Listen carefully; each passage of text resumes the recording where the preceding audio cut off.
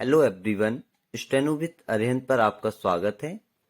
यह dictation Mewar series से होगी, जिसकी गति 85 शब्द प्रति मिनट रहती है। यदि आप इसका पीडीएफ प्राप्त करना चाहते हैं तो आप हमारे टेलीग्राम ग्रुप को ज्वाइन कर सकते हैं, जिसका लिंक डिस्क्रिप्शन में दिया गया है। यह डिक्टेशन एसएससी और अदर एग्जाम में आपके लिए हेल्पफुल रहेगी। चलिए तो डिक्टेशन प्रारंभ करते हैं। डिक्टेशन 5 सेकंड बाद। एक समय था जब दुनिया में हमारे विश्वविद्यालयों की प्रतिष्ठा थी, जब विदेशी लोग नालंदा और तक्षशिला जैसे विश्वविद्यालय में पठन पाठन करने के लिए आते थे। और अब शिक्षा की गुणवत्ता के बारे में आप स्वयं अनुमान लगा सकते हैं।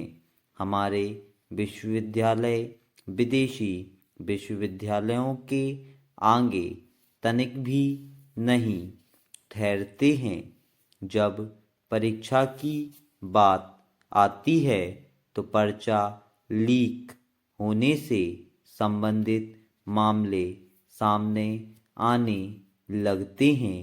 यह सब उन लोगों की मिलीभगत होने के कारण होता है जिनके बच्चे प्रतियोगी परीक्षा देने से घबराते हैं और अनुचित साधनों का प्रयोग करके उच्च पदों पर आसीन होना चाहते हैं।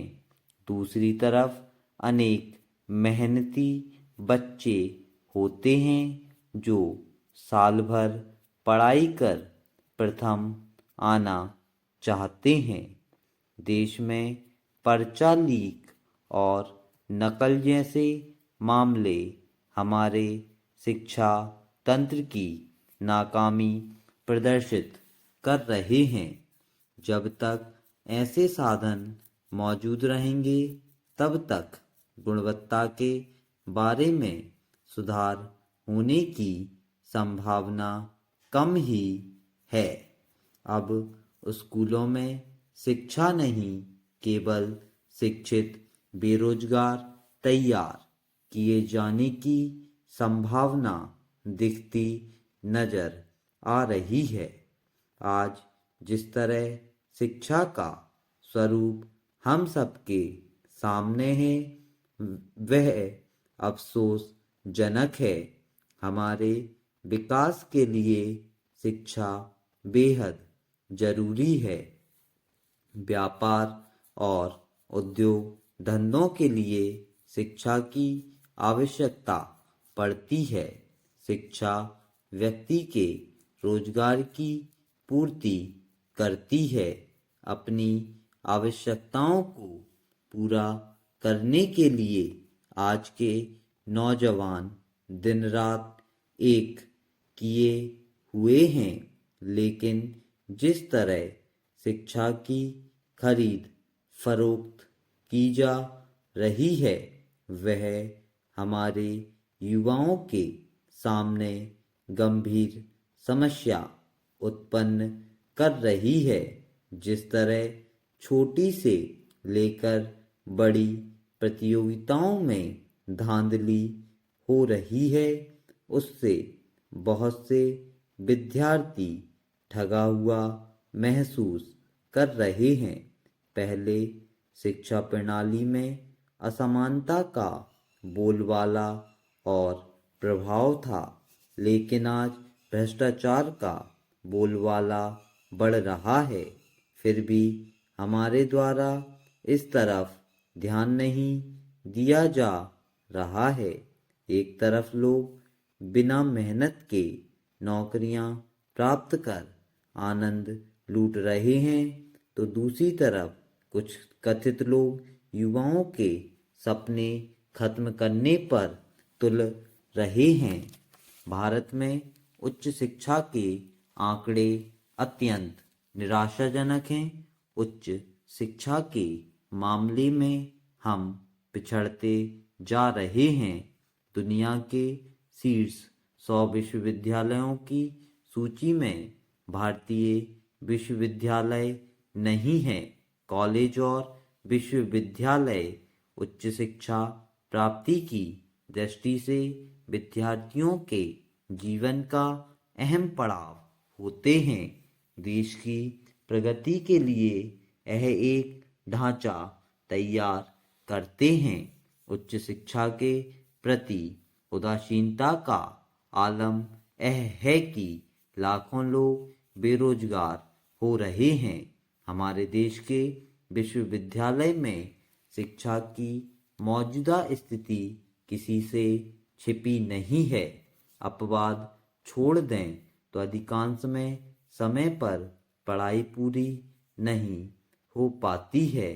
श्रीमान जी, मैं ऊपर दिए तथ्यों का विरोध करता हूँ। बेरोजगारी का कारण उच्च शिक्षा और विश्वविद्यालय नहीं है। आज हमने टेक्नोलॉजी और चिकित्सा के क्षेत्र में बहुत तरक्की की है। यह बात ठीक है कि साधन सीमित हैं और जनसंख्या असीमित होती जा रही है, जिससे अधिकांश संसाधनों पर बुरा असर पड़ रहा है।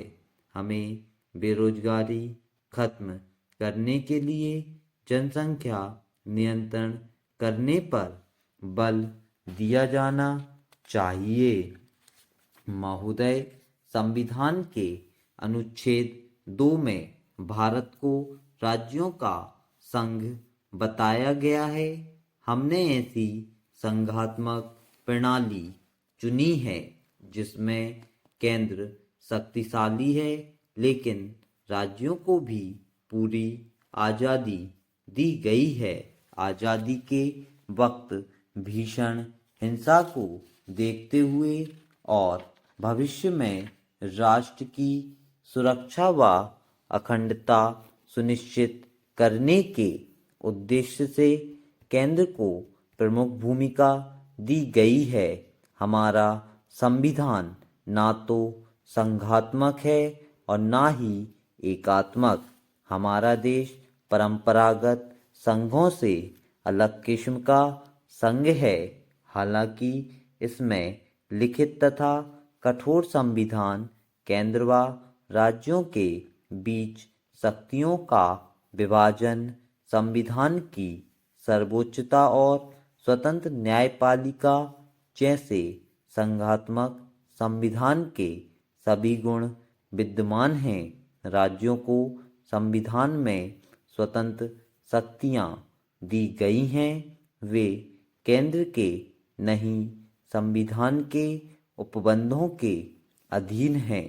इस प्रकार हमारा देश एक सहयोगात्मक संघ बनाया गया, जिसमें आपसी स्पर्धा और टकराव की गुंजाइश ना हो। संविधान में अलग अलग शीर्षकों के अंतर्गत केंद्र राज्य संबंधों की व्यवस्था है। विधायी शक्तियों का वितरण, प्रशासकीय संबंध और वित्तीय संबंध केंद्र और राज्यों के मध्य राजस्व का वितरण, इसी तरह प्रशासनिक विषयों के बारे में भी विस्तृत व्यवस्था है। राज्य की कार्यपालिका शक्ति का प्रयोग इस प्रकार किया जाए कि जिससे संसद द्वारा निर्मित कानूनों का पालन सुनिश्चित हो। केंद्र को इस संबंध में राज्य को आवश्यक निर्देश देने का हक है। अनुच्छेद 257 में कहा गया है कि राज्य अपनी शक्तियों का इस प्रकार प्रयोग करेगा जिससे केंद्र के अधिकारों में बाधा न पहुंचे। इस मामले में भी केंद्र को जरूरी निर्देश देने का हक है। जाहिर है कि राज्यों के संबंध में संघ को संरक्षणात्मक भूमिका प्रदान की गई है। अनुच्छेद 355 में कहा गया है, यह संघ का कर्तव्य है कि प्रत्येक राज्य की बाहरी आक्रमण और आंतरिक गड़बड़ी से सुरक्षा करे और यह सुनिश्चित करे कि प्रत्येक राज्य की सरकार संविधान के उपबंधों के अनुसार संचालित हो रही है। स्टॉप। यदि आपको वीडियो पसंद आती है तो वीडियो लाइक करें, चैनल को सब्सक्राइब करें और ज़्यादा से ज़्यादा लोगों में शेयर करें एंड फीडबैक जरूर दें। Thank you.